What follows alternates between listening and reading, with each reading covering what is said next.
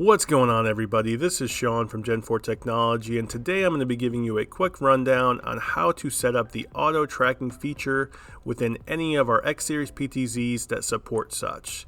So first thing we're going to want to do is get in front of a computer that's able to log directly into the PTZ, and we're going to want to use a browser here. So I'm using Edge. You can use any of the newer browsers. Again, we're using Edge in this tutorial. So we're going to log in. We're going to go to Remote Settings.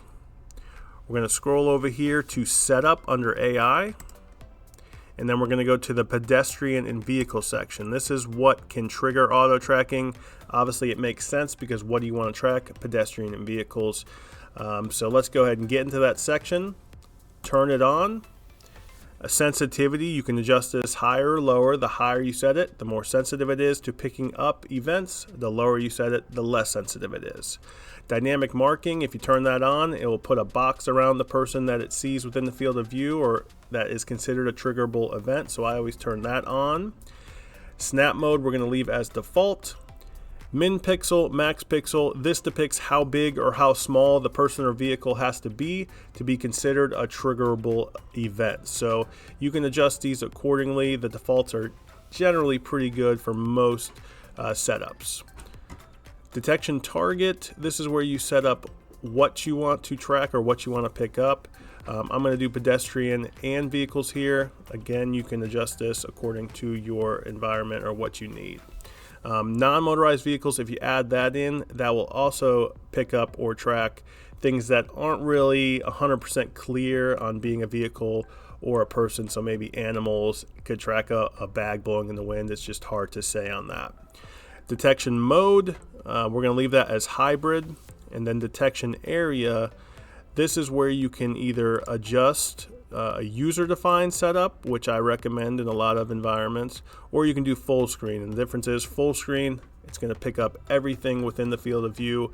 User-defined lets you adjust accordingly, right? So say you have a parking lot like we do here, you can kind of mask off all the things you don't care about. So as you see in the background here, we have some cars moving that we don't care about. We only care about what's going on in our parking lot. So I'm going to go ahead and filter all of that background noise out and just cover our parking lot here and then hit save. And that really wraps up setting up the pedestrian vehicle section. The only other option we need to go into here would be schedule. So go ahead and select schedule here up at the top.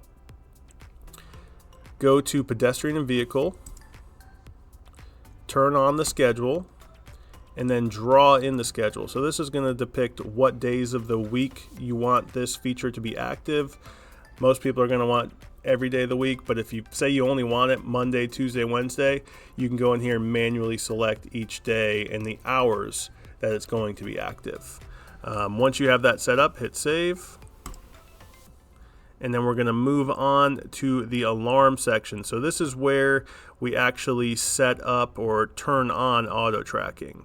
So AI, alarm, we're going to go to our pedestrian vehicle section.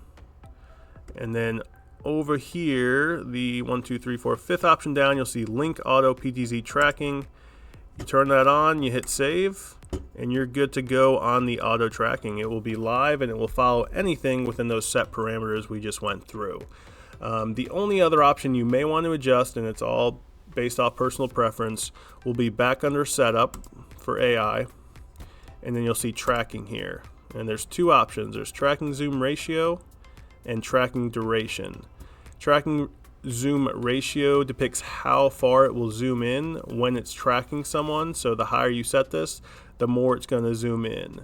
Now note, the higher you set that and the more it zooms in, the more issues you can run into, because if it zooms in too far, it's harder for that tracking to keep up with the person or vehicle. So adjust accordingly.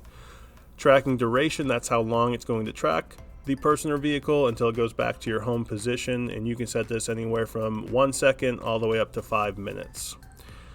Once you have those set as you want, if you even want to change them at all, hit save, and the configuration side is done.